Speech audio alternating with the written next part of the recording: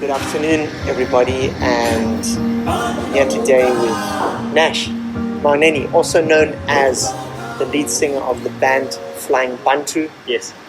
He's an Afro-fusion singer, an all-round amazing guy, and a good friend. It's good to be with you here again, Nash. 1, 2, 1, 2, 30, dirty, dirty, lazy, crazy. 1, 2.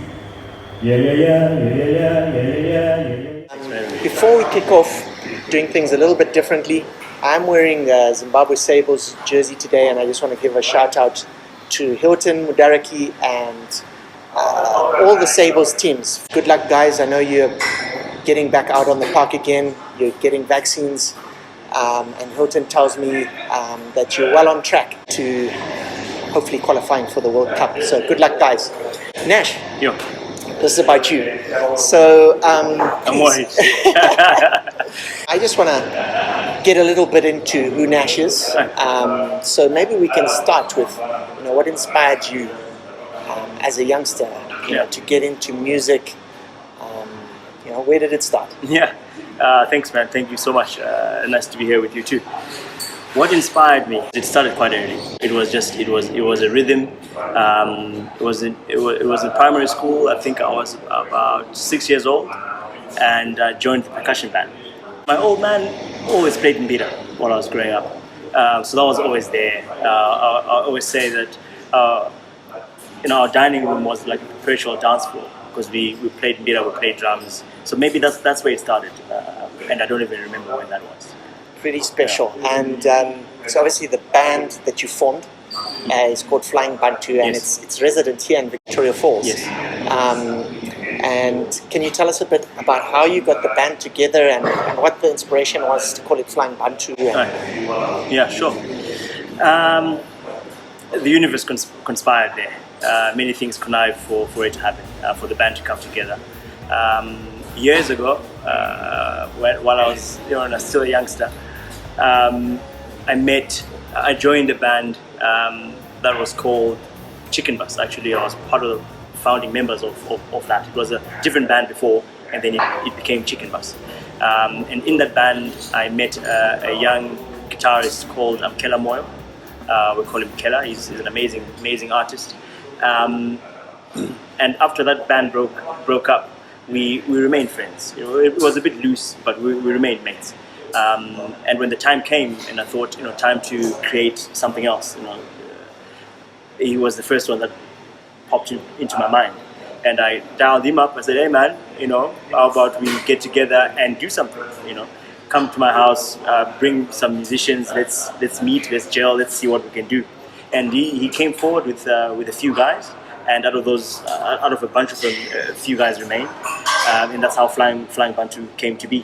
And what does Flying Bantu mean? The flying aspect is all about inspiration and transcendence, and being able to, to be free.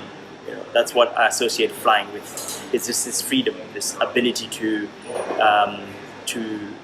remain detached. The Bantu aspect is just people. Just everyone, white, black, brown, whatever. People from all walks of life, all stations. The flying people, the free people, people who transcend the different things that would otherwise hold us down and hold us back. Now, I'm talking about flying and being free. Yeah. I've been fortunate enough to go to quite a number of your concerts. Yeah. You're an amazing entertainer. Thank you. And talking about flying and feeling free, that's certainly how I see the audience reacts when you're up there, and you kind of deeply, passionately get lost in your songs. You've still got direction, but you kind of, that's quite a special thing to get lost in the moment.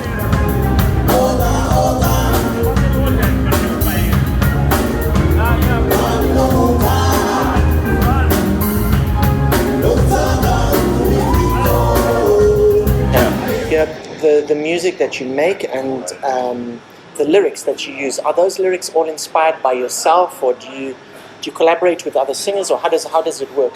The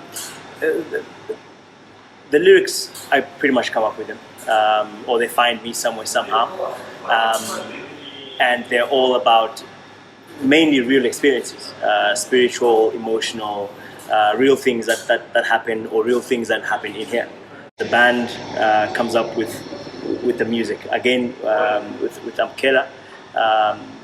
He's the musical director. So of the five of us, I think he lives music more.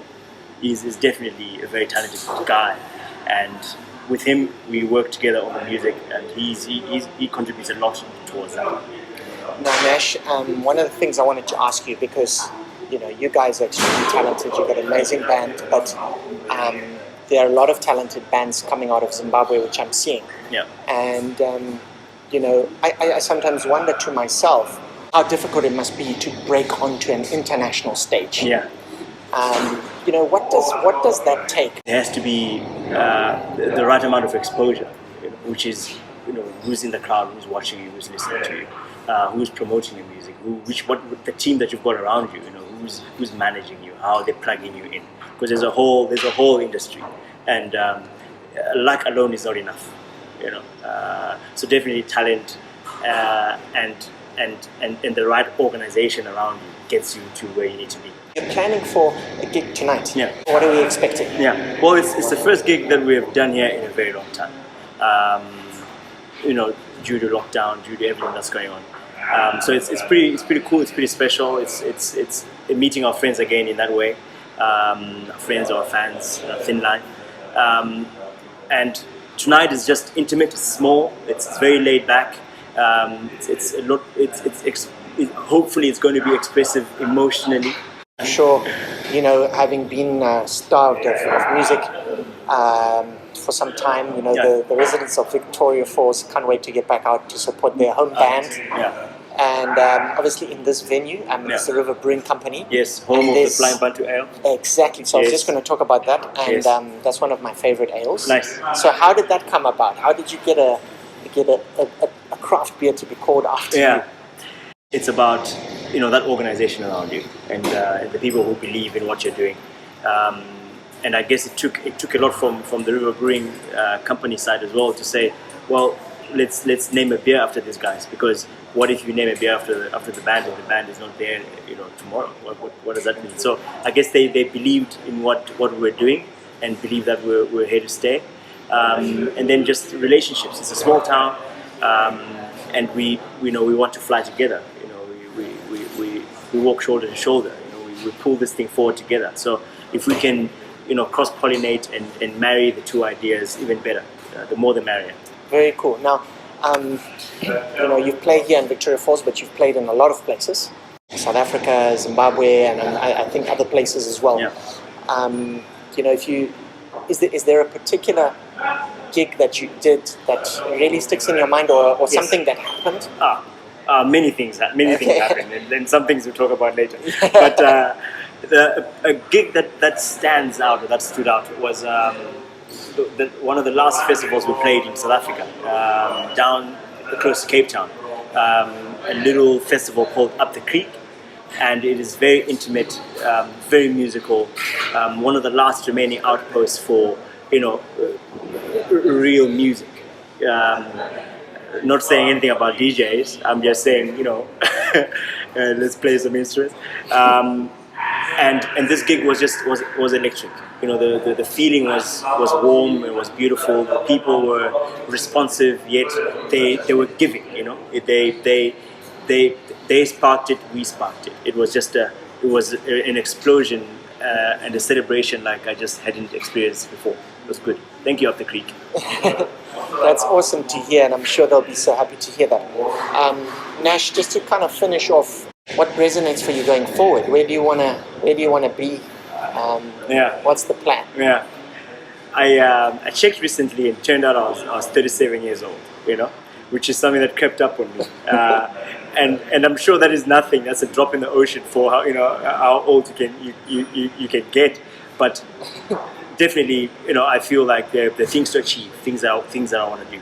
I'm not just, a musician or an artist. Other things I want to express in songs, on a business level, on a farming level, and definitely musically, still lots of things to do. I don't feel Flying Bantu has gotten to the stage where it's comfortable and content. definitely more of an international thrust. I want to share the music with the world. Is there a particular Zimbabwean band, musician that really inspires you? There's a few, but I would yelp, Oliver Mchukuzi! Very, Wow. like almost Wow. in a cliche kind of manner.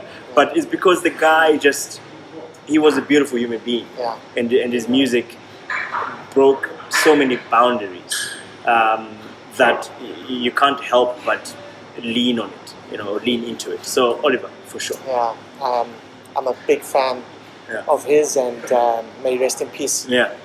Nash, it's Yeah. been special, it's been real. Can't wait to watch you tonight. Nice. And nice. wish you guys your usual success. Thank you. And we'll Thank catch you. up some more soon. Awesome. I wish you many a Flying Bantu ale. Yeah. Well, that won't be difficult. Thanks, man. Cheers, man. Thank you. Thank you Cheers. so much. Nice. Thank you. Thank you, man. Cheers. Cheers, man. Cheers. Yeah. It's not often that you get to have the drink of the man who's the lead singer of the band that this ale is named after. Flying Bantu Ale. It's a pleasure. Taking my lips around this. It's stuck in my moustache. If you like this episode and don't want to miss out on other ones, please go to YouTube, look for Luke Brown Zim, and hit the subscribe button. Thanks.